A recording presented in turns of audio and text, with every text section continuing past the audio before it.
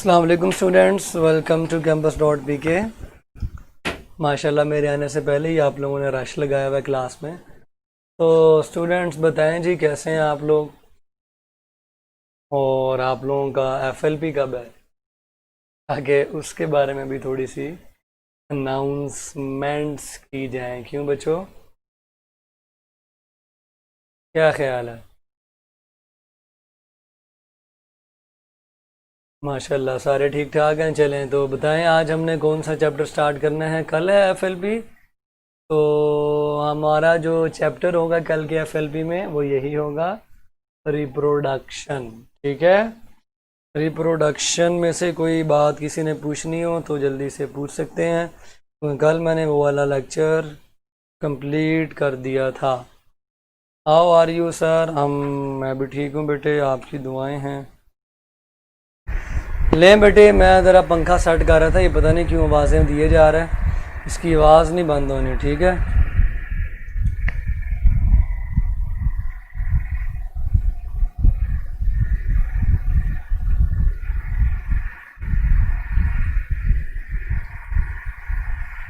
अच्छा बच्चों, आज हमने स्टार्ट करना है हमारा जेनेटिक्स का चैप्टर, जिसमें आज इम्पॉर्टेंट बेसिक्स टर्मिनोलॉजीज़ को हम डिस्कस करेंगे। सो स्टार्ट करें फिर। Are you ready for the start of the lecture?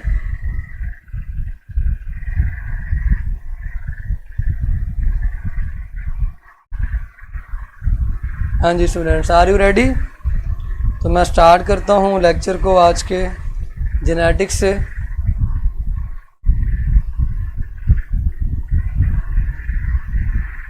किधर गया, ये रहा। सो स्टूडेंट्स, जेनेटिक्स में आप लोगों की जो डेफिनेशंस हैं, जीन की, लोकस की, एलील वगैरह वगैरह, इन सब की डेफिनेशन स्टार्ट करते हैं। तो सबसे पहले तो बेटे आ जाती है जीन, जो कि मेरा मार्कर ख़राब नहीं लिख पाएगा, अल्लाह करे ये लिख पाए, वेरी गुड। तो बच्चों क्या होती है जीन? जीन के बारे में बताना आपने। हाँ जी, नहीं बेटे, बर्थ वाला टॉपिक इंक्लूड नहीं है सर, मुझे ये चैप्टर बिल्कुल समझ नहीं आता, बर्थ नहीं है बेटे। हाँ जी, जीन क्या है? बेसिक यूनिट ऑफ इनहेरिडिटी है। ठीक है, it is unit of inheritance, ये इनहेरिटेंस का यूनिट है। और ये करता क्या है, जो भी पेरेंट से ऑफस्प्रिंग्स में मालूमात, इंफॉर्मेशन ट्रांसफ़र होती हैं, वो जीन्स के ज़रिए होती हैं। तो बेसिकली ये इंफॉर्मेशन कहाँ पे होती है, ये मैंने डिटेल से आपको क्रोमोसोम वाले चैप्टर में बताया था। वो सारी इंफॉर्मेशन न्यूक्लियोटाइड्स के सीक्वेंस में होती है, सीक्वेंस ऑफ न्यूक्लियोटाइड्स।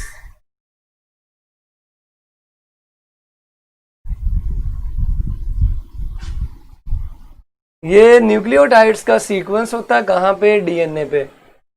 लेकिन इसकी ख़ास बात यह है कि इसके अंदर इंफॉर्मेशंस ऐसी होती हैं जो इंफॉर्मेशन प्रोटीन बनाने के लिए काम आती है। प्रोटीन बनाने के काम आने वाली इंफॉर्मेशन जो डीएनए के ऊपर पड़ी हुई है, उसको हम जीन कहते हैं। थोड़ा सा एलैबोरेट करता हूँ। ये अगर आप लोगों का सेल है, ये क्या है जी? सेल है, ये न्यूक्लियस है, ये राइबोसोम पड़ा हुआ है। इस राइबोसोम ने जो प्रोटीन बनानी है ना, उसकी इंफॉर्मेशन सारी डीएनए के ऊपर है, और डीएनए सारा कहाँ है? क्रोमोसोम में है। तो ये इंफॉर्मेशन क्रोमोसोम से डीएनए तक कैसे जाएगी, वो मैंने आपको ट्रांसलेशन में बताया था, ट्रांसक्रिप्शन। लेकिन एक्चुअली जो प्रोटीन इधर बननी है ना, ये वाली प्रोटीन की जो चेन बनेगी, ये प्रोटीन की चेन कैसे बनेगी, इनमें सीक्वेंस क्या होगा, कौन सा अमीनो एसिड लगेगा, ये सारी इंफॉर्मेशन इस क्रोमोसोम पे है। तो इस क्रोमोसोम को अगर मैं डिटेल से बताऊं, तो इसमें आपको पता ना डीएनए होगा, ऐसे ये डीएनए है, इस डीएनए के ऊपर काफ़ी ज़्यादा जीन्स होती हैं। सपोज ये एक जीन है, ये दूसरी जीन है, ये तीसरी जीन्स है। तो ये जीन पड़ी हुई है, जीन नंबर 1, जीन 1, ये नेक्स्ट है इट इज़ जीन नंबर 2, ये नेक्स्ट है इट इज़ जीन नंबर 3। तो ये सारी जीन डीएनए पे है और डीएनए क्रोमोसोम के अंदर पड़ा हुआ है। और ये इंफॉर्मेशन जो जीन के अंदर है वो कौन सी वाली है, वो इन्हीं न्यूक्लियोटाइड्स पे मुश्तमिल है जिससे मिलकर ये डीएनए बना हुआ है। कोडॉन्स की शक्ल में मैंने आपको बताया था, ठीक है। क्यों मुझे जीन पता चल गया कहाँ पे है, gene is present on DNA. ये मुश्तमिल है न्यूक्लियोटाइड्स पर जो कि डीएनए पे है और इसके पास इंफॉर्मेशन क्या है, प्रोटीन बनाने की। Sir please can you little bit, बेटे इससे ज्यादा तो डार्क कोई नहीं हो सकता। क्यों बच्चों बोर्ड क्लियर है? हाँ जी बच्चों, क्या बोर्ड क्लियर है?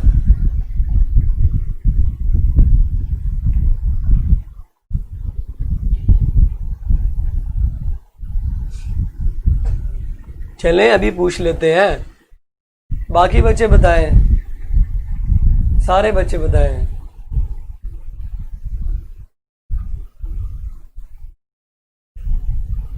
क्लियर नहीं है? चलें ठीक है, वरना कुछ को नेट की वजह से भी ब्लर होता है ना। बाकी मैं चेक कर लेता हूँ बड़ी स्क्रीन करके। चेक करें मुनव्वर, ये बोर्ड क्लियर है?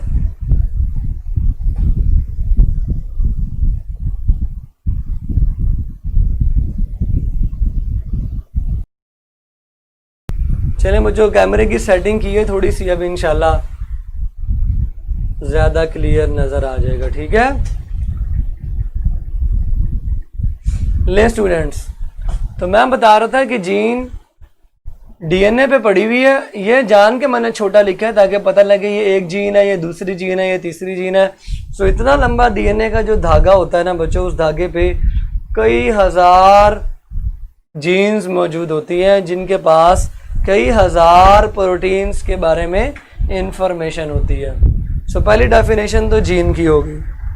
अब याद रखें जीन्स आम तौर पर जिस जगह पर होती हैं उस जगह को लोकस कहते हैं।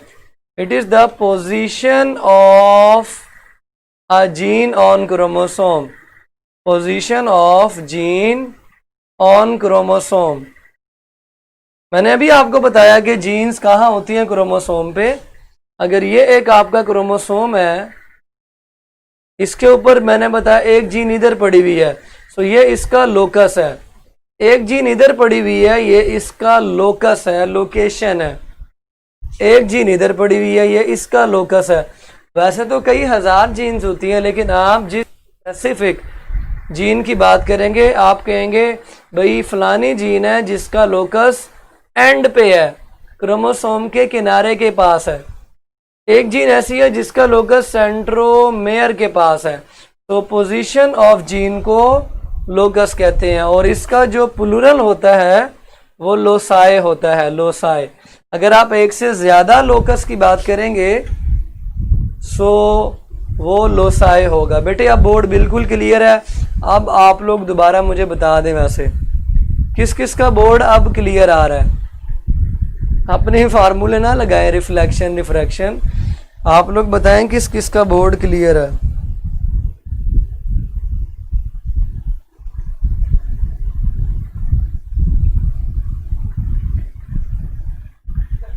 हाँ जी जल्दी से वैसे बताएं। सर क्लियर है अब, नाउ इट्स क्लियर। बेटे ये जो फ़ॉन्ट साइज है ना, चलें इसका मतलब सबका क्लियर है, ठीक है। दो चार बच्चे हैं, अब उनके लिए मैं क्या कर सकता हूँ। फुल स्क्रीन करके आप देखें लैपटॉप पे जो बच्चे फुल स्क्रीन करके देख रहे हैं उनका क्लियर है, या फिर रिफ्रेश कर लें।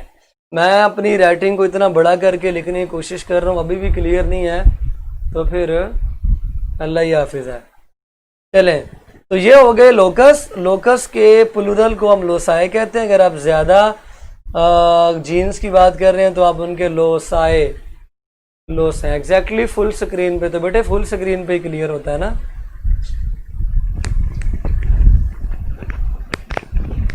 चलें लोकस के बाद याद रखें, जीन्स अकेले अकेले एग्जिस्ट नहीं करती, जीन्स पेयर की फॉर्म में एग्जिस्ट करती हैं। उन पेयर्स को हम एलील्स कहते हैं। इतना बड़ा ठीक है बेटे, इतना बड़ा ठीक है। अब मैं आपके सामने एक क्रोमोसोम बना रहा हूं, ठीक है। क्रोमोसोम्स, 2 क्रोमोसोम बनाने लगा हूं आपके सामने, जो कि आपको अलील के बारे में कंप्लीट इंफॉर्मेशन मिल जाएगी। बेटा ये एक होमोलॉगस क्रोमोसोम का पेयर है, ये एक होमोलॉगस क्रोमोसोम का पेयर है। अब मुझे बताओ बच्चों, ये रेप्लिकेटेड क्रोमोसोम्स हैं या अनरेप्लिकेटेड क्रोमोसोम्स हैं? जल्दी से बताएं। ये कोई भी क्रोमोसोम हो सकते हैं, कोई भी क्रोमोसोम है। एक पार्टनर को हम होमोलॉग कहते हैं, दूसरा पार्टनर भी होमोलॉग होता है। सो ये दोनों एक दूसरे के होमोलॉग्स हैं। लेकिन बताओ ये क्या है बच्चों? ये अनरेप्लिकेटेड क्रोमोसोम्स का एक पेयर है।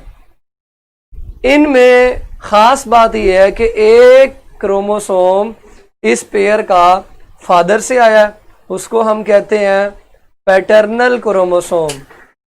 दूसरा क्रोमोसोम उसी नंबर का मदर से आया, उसको हम कहते हैं मैटरनल क्रोमोसोम्स। जो जीन्स पैटर्नल क्रोमोसोम पे हैं वही जीन्स मैटरनल क्रोमोसोम पर भी होंगी, वही जीन्स, उसी ट्रेट की जीन्स होंगी। Trait mean character. जिन कैरेक्टर्स की जीन इस क्रोमोसोम पे है, सपोज ये क्रोमोसोम नंबर 2 है, तो this is chromosome number 2 from father and this is the chromosome number 2 from mother. तो पहली मैं एग्जांपल लूं आपकी बुक के मुताबिक, यहां पे टी जीन मौजूद है, इस जगह पे टी जीन मौजूद है। सो ये कंफर्म बात होगी कि टी जीन ही मदर वाले क्रोमोसोम पर भी प्रेजेंट होगी।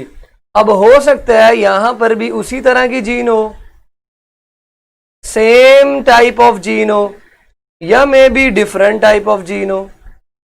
कैरेक्टर वही होगा। मसलन अगर हम आइस के कलर को लें तो यहां भी आइस के कलर की जीन होगी, इधर भी आइस के कलर की जीन होगी, लेकिन हो सकता है यहां ब्लैक कलर के लिए हो, यहां ब्राउन के लिए हो, लेकिन जीन कलर आई कलर के लिए ही होंगी। तो इन क्रोमोसोम्स के पेयर के ऊपर जीन भी पेयर की फॉर्म में एग्जिस्ट करती हैं। तो जो पेयर का एक पार्टनर होता है, अल्टरनेट पार्टनर, उसको हम एलील कहते हैं। अल्टरनेट पार्टनर किस चीज का? जीन का। Alternate partner of gene is called allele, या alternate form of allele is called. So जब जीन की बात करेंगे ना, टी जीन की बात करेंगे, सो ये अकेली टी जीन नहीं है, ये भी टी जीन है, ये भी टी है, ये भी टी है। इसी तरह अगर मैं ए की एग्जांपल लूं, नेक्स्ट एक और जीन ए है, उसकी एक एलील स्मॉल है और दूसरी एलील कैपिटल है, तो ये भी एक पेयर बन गया। एक बात बताएं बच्चों, अगर ये होमोलॉगस क्रोमोसोम्स ना होते तो क्या जीन के पेयर होते?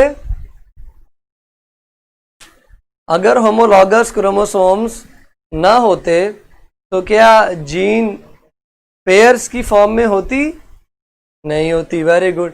फिर सिंगल सिंगल फॉर्म में जीन होती, लेकिन चूंकि अल्लाह ने पेयर्स बनाए हैं इसलिए जीन्स भी पेयर की फॉर्म में है।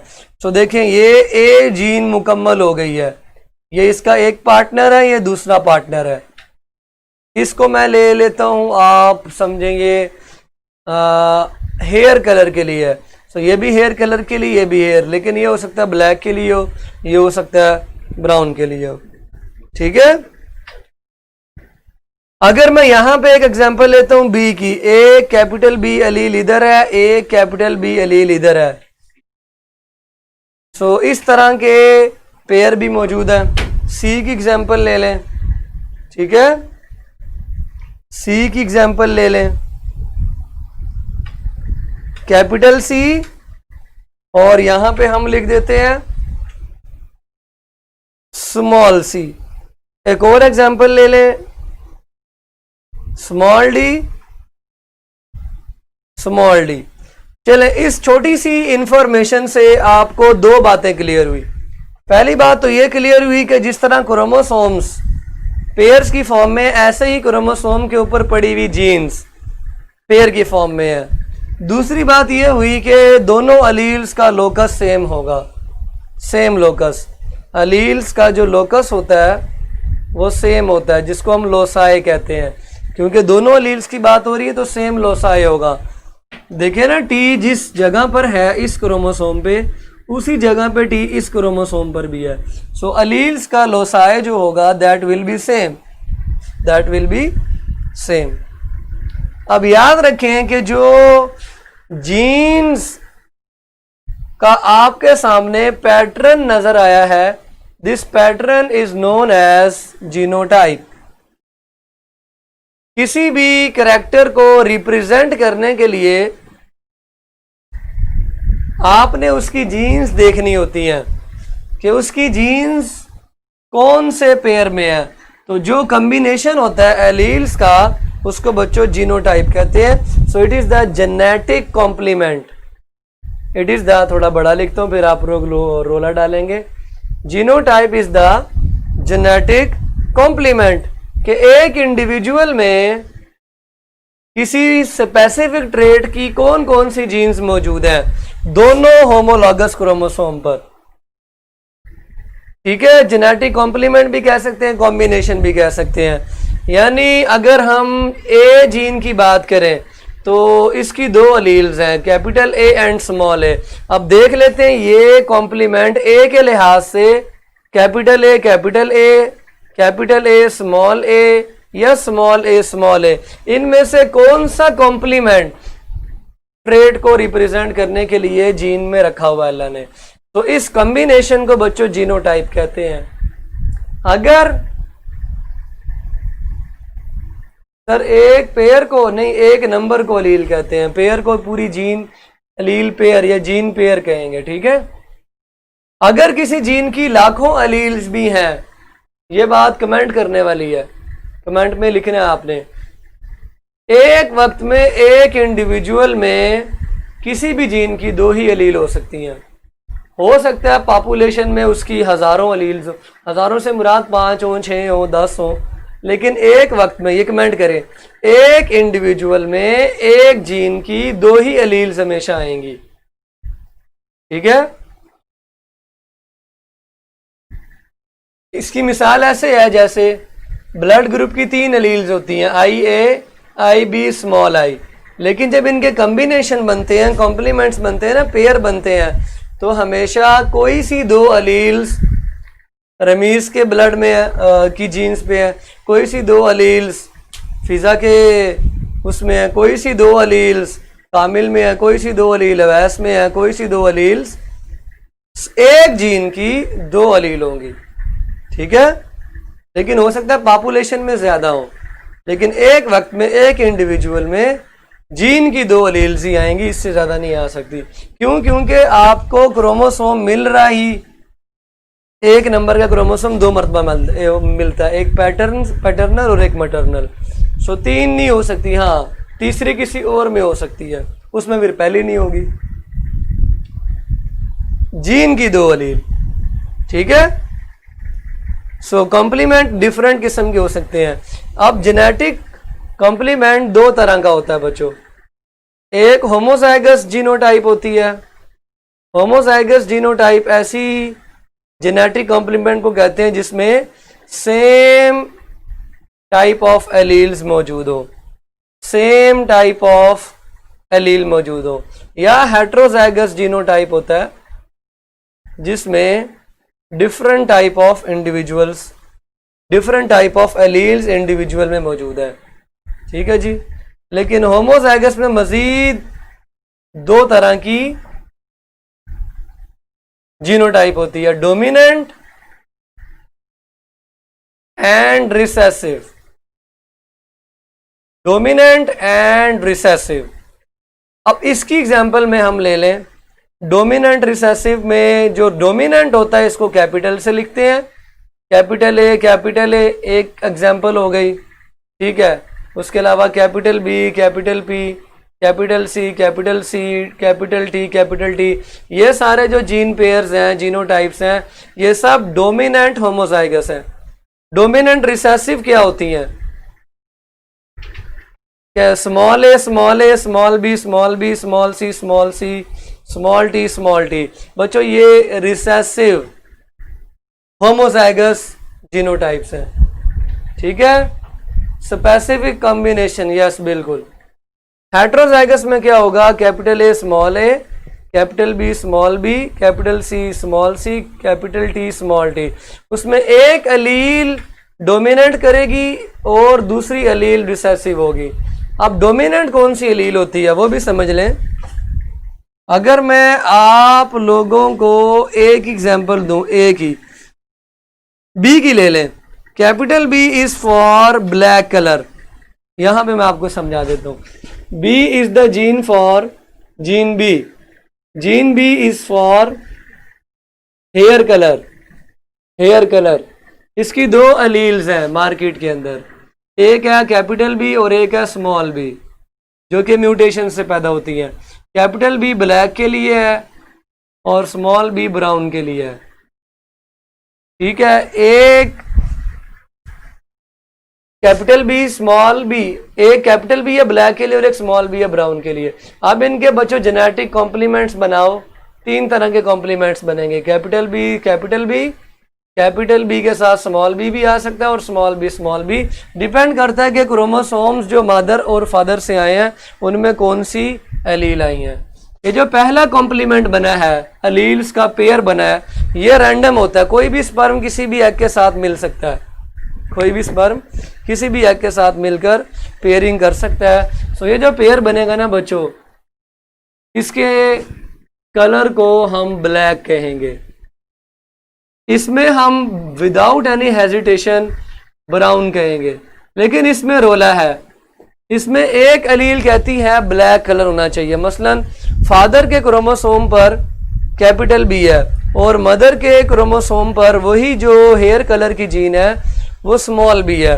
अब होगा इनके अंदर झगड़ा कि कैपिटल बी एक्सप्रेस होकर प्रोटीन बनाए या स्मॉल बी एक्सप्रेस होकर प्रोटीन बनाए। सो झगड़ा पड़ जाएगा। इनमें से जो एक्सप्रेस हो जाएगी प्रोटीन, जिस जीन की हो जाएगी, उसको हम डोमिनेंट करार देंगे। ये बात भी समझ लें कि पहले रिसर्च होती है, बाद में उसको अल्फाबेट देते हैं।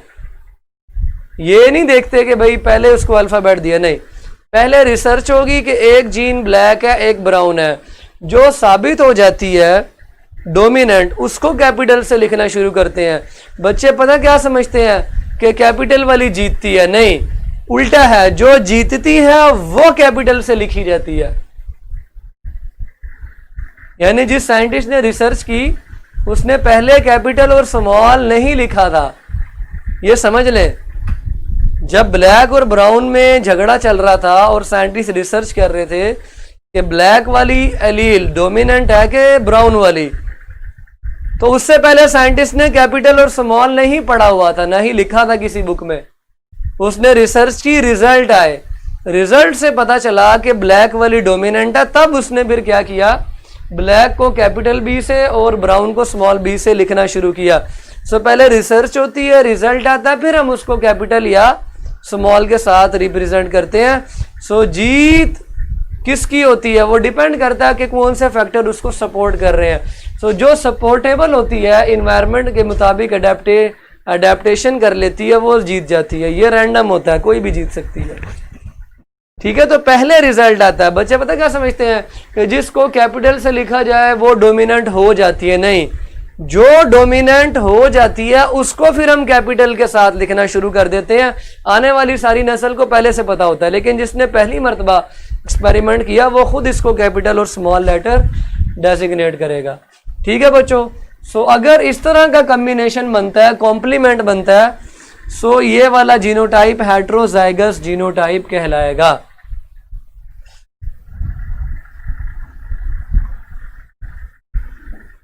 बता दिए बेटे रीजन। इन्वायरमेंटल फैक्टर्स रीजन होते हैं, एडेप्टेशंस रीजन होती हैं, ठीक है, और बहुत सारी रीजन होती हैं।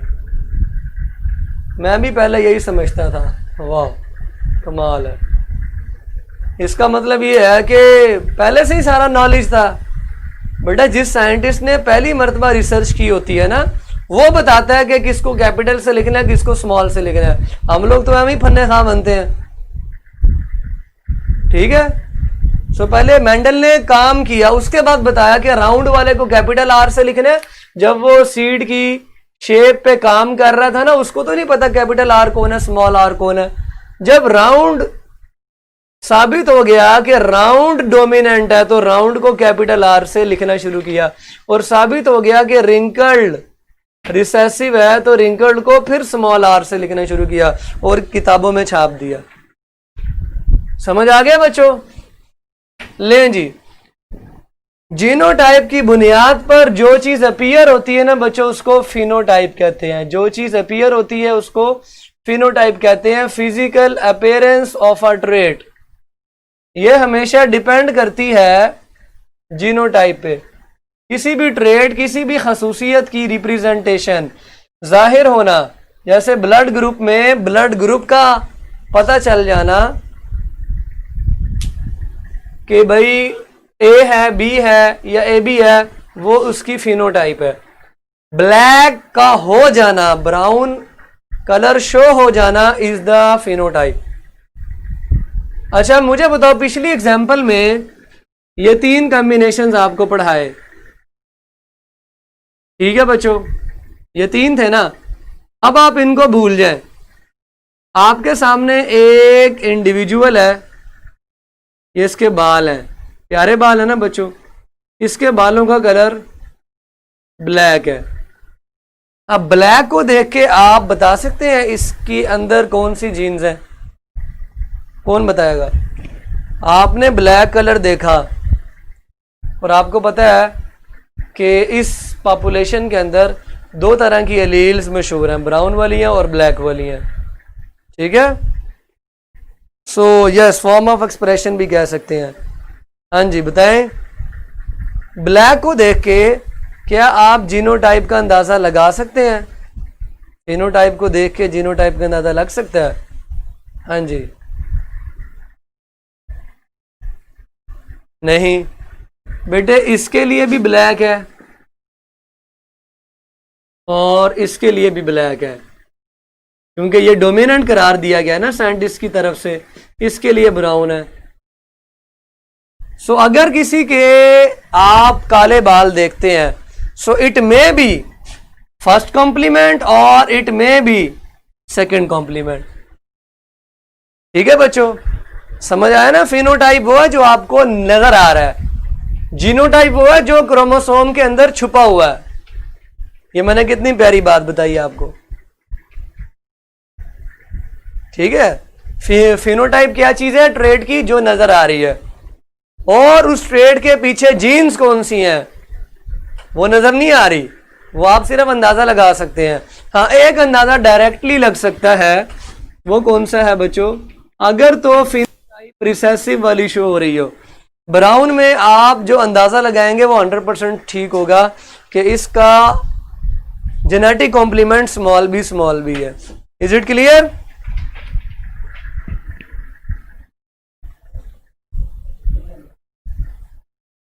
चलें जी। तो मुझे बताओ, फिनोटाइप को जीनोटाइप डिटरमिन करता है या जीनोटाइप को फिनोटाइप डिटरमिन करता है? कौन किसको डिटरमाइन करता है? जल्दी से बताएं। हरी अब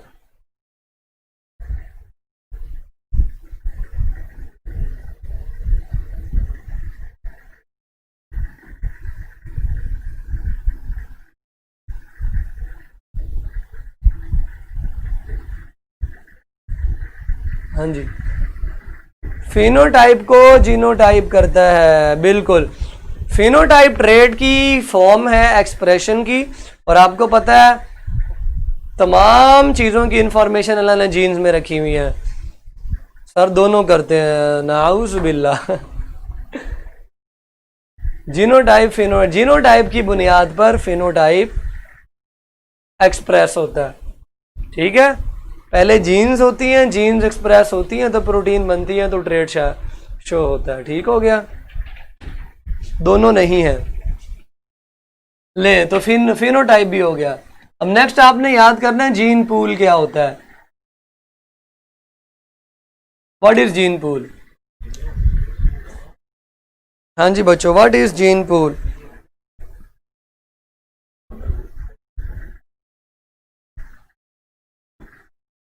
जीन पूल क्या होगा? यस, जीन पूल और जीनोम में फर्क याद करना है आपने। जीनोम होता है एक ही इंडिविजुअल की सारी जीन्स, एक इंडिविजुअल में जितनी भी जीन्स हैं वो सारा कलेक्शन जीनोम कहलाता है। ठीक है, it is the collection of jeans of an individual. और जीन पूल क्या होता है? It is the collection of all jeans of a population. ठीक है, all genes of a population, and genome is the collection of all genes of an individual। ठीक है बच्चों।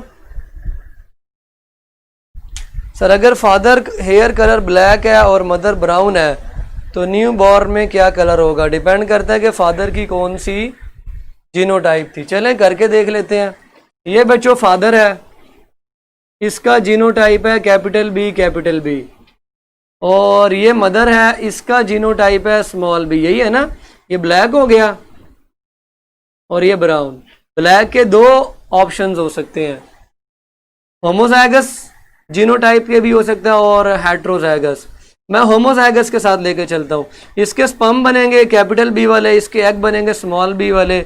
सो इसका जो चाइल्ड होगा, F1 जनरेशन भी इसी को कहते हैं, तो इसका जो चाइल्ड होगा उसके अंदर ये कॉम्बिनेशन पैदा होगा। It will be of black colour, it will be of black. लेकिन अगर आप इस फादर का क्रॉस कराएं इस मदर के साथ, देन दोनों तरह के पैदा हो सकते हैं। इस कैपिटल बी को स्मॉल बी के साथ करें तो ये कॉम्बिनेशन पैदा होगा, इस परम को इस एग के साथ करें तो ये पैदा होगा। सो इस केस में ब्राउन भी पैदा हो सकते हैं। इसका मतलब ये है कि फादर पे डिपेंड करेगा कि बच्चों का हेयर कलर ब्लैक होगा या ब्राउन। अगर कुछ बच्चों का ब्लैक है, कुछ बच्चों का ब्राउन है, तो इसका मतलब फादर हेट्रोजाइगस है। अगर सारे बच्चों का ब्लैक है तो हम समझेंगे father homozygous. Is it clear? तो जीनोटाइप पे जो है वो डिपेंड करता है कि क्या आंसर होगा। अगर तो बच्चे सारे ही ब्लैक हैं तो फिर फादर होमोजाइगस है। इसी को टेस्ट क्रॉस कहते हैं, वो आगे हम डिटेल से डिस्कस करेंगे। जीन पूल समझ आ गया बच्चों? जीन पूल के बाद कौन सी एग्जांपल है? कभी कभी पेरेंट्स से नहीं मिलता सर कलर, वो बेटे दादा बू पे चला जाता है, दादा बू पे भी सारा कुछ आएगा। इतना क्लियर हो गया बच्चों आपको?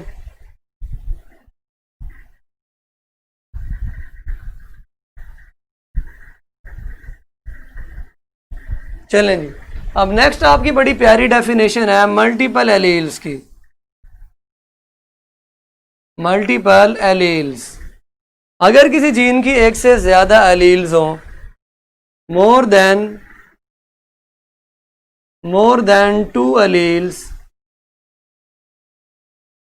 ऑफ अ जीन, इस तरह के केस के अंदर बहुत मुश्किल होता है बताना कि कौन होमो है कौन हेटेरो है। ठीक है, तो इसकी बड़ी प्यारी मिसाल है मल्टीपल एलील्स की। ABO blood group gene, blood group की जो जीन है जिसको हम आई कहते हैं, इसकी म्यूटेशन से 3 तरह की जीन पैदा हुई। पहली को हम IA कहते हैं, दूसरी को हम IB कहते हैं, और तीसरी को हम स्मॉल आई कहते हैं। देखिए 3 एलील्स हैं, लेकिन क्या तीनों एलील्स सबके अंदर मौजूद होंगी? हाँ जी। क्या बच्चों तीनों एलील्स सारों के अंदर होंगी, या फिर एक वक्त में एक इंडिविजुअल में इस जीन की 2 ही एलील्स आएंगी? सारी नहीं ना होती एक वक्त में, एक वक्त में दो होंगी। कौन कौन सी हो सकती हैं? केसेस लिखते हैं जी। पहला केस हो सकता है आई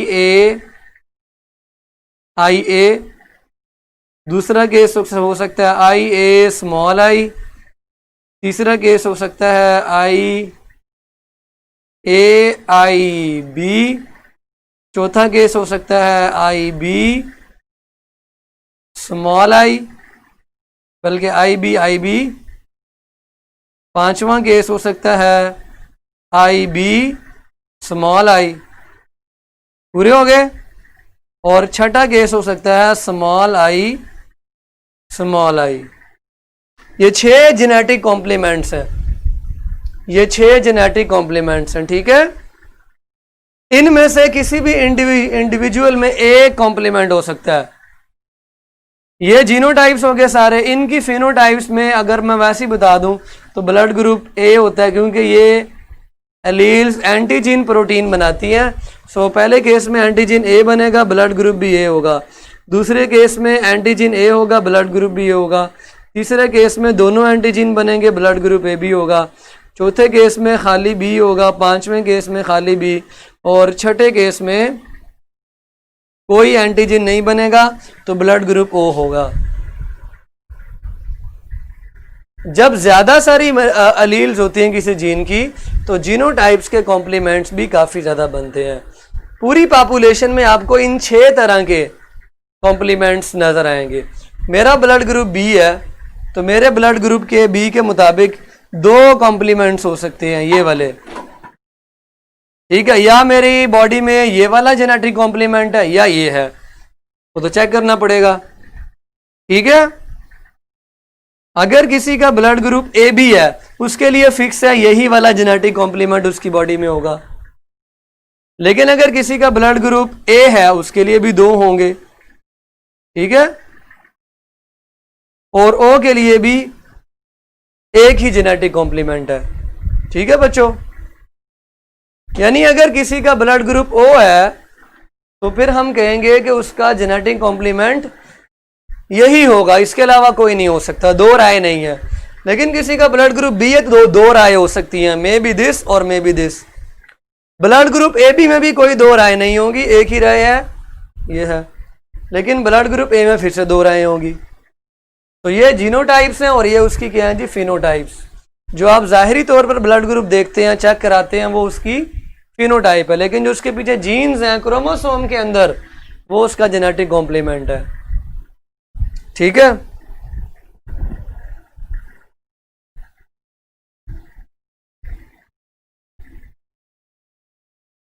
चले यहां तक क्लियर हो गया बच्चों सबको?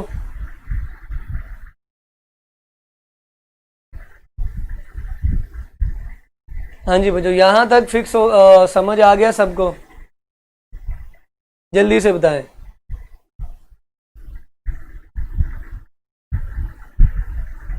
सर मल्टीपल अलील वाला समझ नहीं आ रहा। बेटे मल्टीपल का मतलब बताओ मुझे, फिर आपको समझ आ जाएगा। What is the meaning of multiple? हाँ जी, मल्टीपल अलील की वजह से ट्रेट मल्टीपल नहीं होगा, फिनोटाइप्स मल्टीपल होंगे। हाँ जी, do you know the meaning of multiple? जल्दी बताओ, इसको समझ नहीं आ रहा था। शरीका, हाँ जी जल्दी बताओ, मल्टीपल का मतलब पता है आपको? मल्टीपल का मतलब बताएं तो फिर मैं आपको क्लियर करूं ना। जल्दी बताओ मल्टीपल का मतलब। मल्टीपल मीन ज्यादा। अब देखें, ये एक जीन है, इसकी 3 अलील्स हैं, 2 से ज्यादा हैं। एक ये अलील है, एक ये अलील है और एक ये अलील है, ठीक हो गया। ये आम तौर पर एग्जिस्ट करती हैं, ए आई बी। इससे पहले आप यहाँ पे आ जाए, जब मैंने आपको बी की एग्जांपल दी थी, यहाँ पे मैं लिख देता हूँ। बी में मैंने कहा था 2 अलील्स हैं, 2 अलील हैं, कैपिटल बी और स्मॉल बी। तो इसके नतीजे में 3 तरह के कॉम्प्लीमेंट्स बने थे, याद आ गया आपको? जब आपने बी की बात की थी, बी में 2 अलील्स हैं तो उसमें कॉम्प्लीमेंट्स बने थे 3 तरह की जीनोटाइप्स। जब एक और अलील आ गई, मतलब अलील बढ़ गई हैं, तो देखें कॉम्प्लीमेंट्स कितने ऑप्शंस कितने ज्यादा बढ़ गए हैं। सो ऐसी जीन जिसकी ज्यादा एलील्स होती हैं उनको मल्टीपल एलील्स कहते हैं। किसी की 6 एलील्स भी होती हैं, किसी की 12 भी होती हैं, 3 भी होती हैं। सो ब्लड ग्रुप के केस में जीन की 3 एलील्स होती हैं। अब क्लियर हो गया?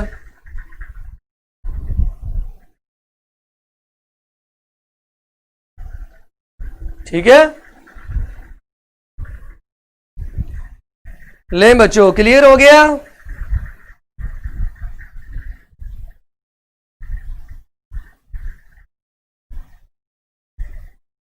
चले, मोर देन 2 अलील्स, और जितनी अलील ज्यादा होंगी उसकी फिनोटाइप्स जीनोटाइप्स भी ज्यादा बनेंगी और फिनोटाइप भी ज्यादा बनेंगे। ट्रेट वही रहेगा, ट्रेट नहीं बदलेगा, जीनोटाइप्स ज्यादा हो जाएंगी और उसके नतीजे में फिनोटाइप भी ज्यादा हो जाएंगे। अब देखो 4 ब्लड ग्रुप के केस में मैं आपसे एमसीक्यूज पूछता हूं।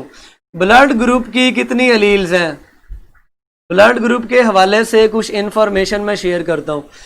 ह्यूमन ब्लड ग्रुप सिस्टम जो कि एबीओ ब्लड ग्रुप सिस्टम है, एबीओ, उसमें अलील्स बताएं कितनी है। How many alleles are there? Total overall alleles कितनी है? 3 अलील्स हैं, 3 अलील्स हैं। पॉसिबल जीनोटाइप्स कितने हैं? जेनेटिक कॉम्प्लीमेंट्स कितनी तरह के हैं? टोटल केसेस कितने हो सकते हैं? 6 तरह के केस बन सकते हैं, उनके मुख्तलिफ अंदाज से कम्बिनेशन करने से। ये मुख्तलिफ अंदाज से कम्बिनेशन क्यों है? हर किस्म का कम्बिनेशन क्यों है? क्योंकि कोई भी एग किसी भी स्पर्म के साथ जाके फर्टिलाइज हो। सो 6 तरह की जीनोटाइप्स हैं। फिनोटाइप्स कितनी तरह की हैं? हाँ जी, फिनोटाइप्स कितनी तरह की हैं? शाबाश, 4 types of phenotypes are there. क्योंकि 2 जीनोटाइप्स एक ही फिनोटाइप शो कर रही हैं, और ये वाली 2 भी, ये 1 और 2 एक ही जीनोटाइप एक ही फिनोटाइप के लिए हैं, और 4 5 भी एक ही फिनोटाइप के लिए हैं। क्यों भाई, मजा आ गया कि नहीं?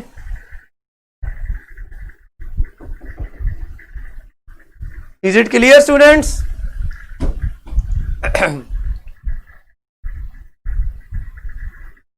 चलें फिर टेस्ट ले देते हैं जी आपका। एक और आपके लिए गुड न्यूज़ है।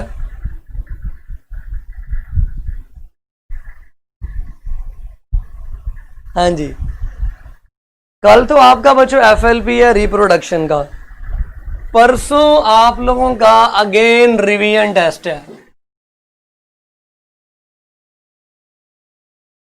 परसों आपका अगेन रिवीजन टेस्ट है, ठीक है? सुन रहे हैं ना सारे लोग? रिवीजन टेस्ट के अंदर बच्चों जो चैप्टर्स शामिल किए जाएंगे उन चैप्टर्स के नाम नोट कर लें यूएचएस के टॉपिक के मुताबिक, यूएचएस के सिलेबस के मुताबिक।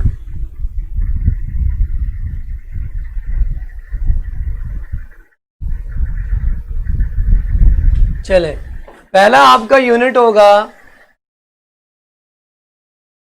दी सेल बायोलॉजी पूरा, बायोलॉजिकल मॉलिक्यूल्स पूरा होगा, ठीक है? मारते हैं बेटे, परेशान ना हो, अभी मारते हैं। तैयारी करनी कि नहीं करनी? यूएचएस के वाइस चांसलर ने एमडी कैट का ऐलान कर दिया है, ठीक है? तो तैयारी तो करनी है ना, तैयारी करेंगे ना बच्चों?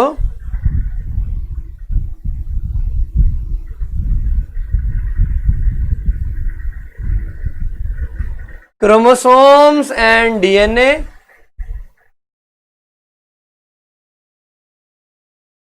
और नंबर 4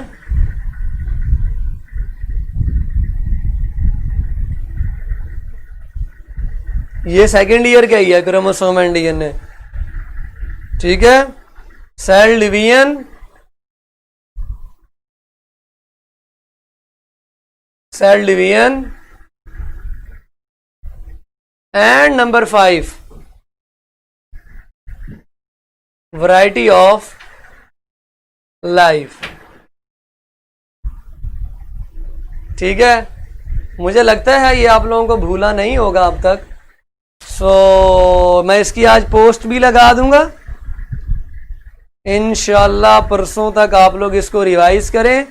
मैं चाहता हूं आप तमाम मेरे प्यारे प्यारे स्टूडेंट्स डॉक्टर बन जाएं। अगर मैं चाहता हूं तो आपको भी मेरे चाहने में मेरा साथ देना चाहिए।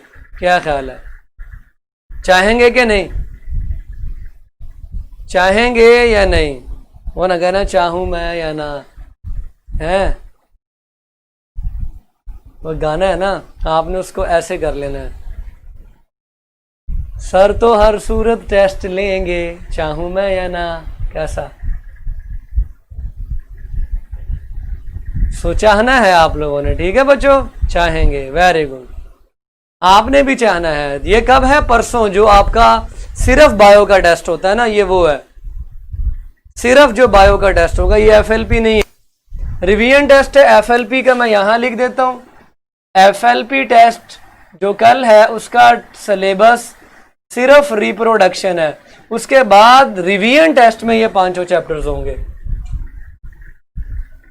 ठीक है? परसों आपका रिवीजन टेस्ट होगा। चलें फिर, आज का टेस्ट मैं लॉन्च कर रहा हूं। वीसी ने ऐलान किया कि सितंबर में रजिस्ट्रेशन स्टार्ट हो जाएगी और अक्टूबर में आपका एंटी टेस्ट हो जाएगा। सो बेस्ट ऑफ लक, ठीक है? किंगडम्स इंक्लूड होंगे, लेकिन जनरल प्रॉपर्टीज जितना आपने टेबल बनाया बस उतना। चैप्टर नंबर 6, 7, 8, 9, 10 याद नहीं करने, जस्ट जनरल जो आपने टेबल बनाए थे ना उतने ही याद करने हैं। लास्ट ईयर भी उनमें से कोई एमसीक्यू नहीं आया। इस बार भी मैंने बड़े बड़े लोगों से राब्ता किया, कहीं पर भी किंगडम्स जहाँ जिन से मैंने पूछा वो किंगडम्स एक्सप्लेन नहीं करा रहे, क्योंकि एमसीक्यूज आने का उसमें से चांस नहीं है। सो आपने किंगडम्स को जनरल प्रॉपर्टीज के तौर पे रिवाइज कर लेना, जो आपने टेबल असाइनमेंट के तौर पे बनाया था, ठीक है? Is it clear? किंगडम्स में क्या करना है लिख दूं? किंगडम्स में 5 किंगडम्स में आपने उनकी जनरल कैरेक्टरिस्टिक्स याद कर लेने हैं बस, फॉर एग्जाम्पल वगैरह, ठीक है? जनरल, क्योंकि इसमें से एमसीक्यूज नहीं आने, ठीक है? सो जनरल करेक्ट जो टेबल बनाया था आपने वही याद कर लीजिएगा। लो बच्चों, अब आप लोग रेडी हो जाएं टेस्ट के लिए जो आपका क्लास में होता है, और मेरे लिए दुआ कीजिएगा। हम इंशाल्लाह कल मिलेंगे नेक्स्ट टॉपिक के साथ। कल तक के लिए अपना ख्याल रखें और मुझे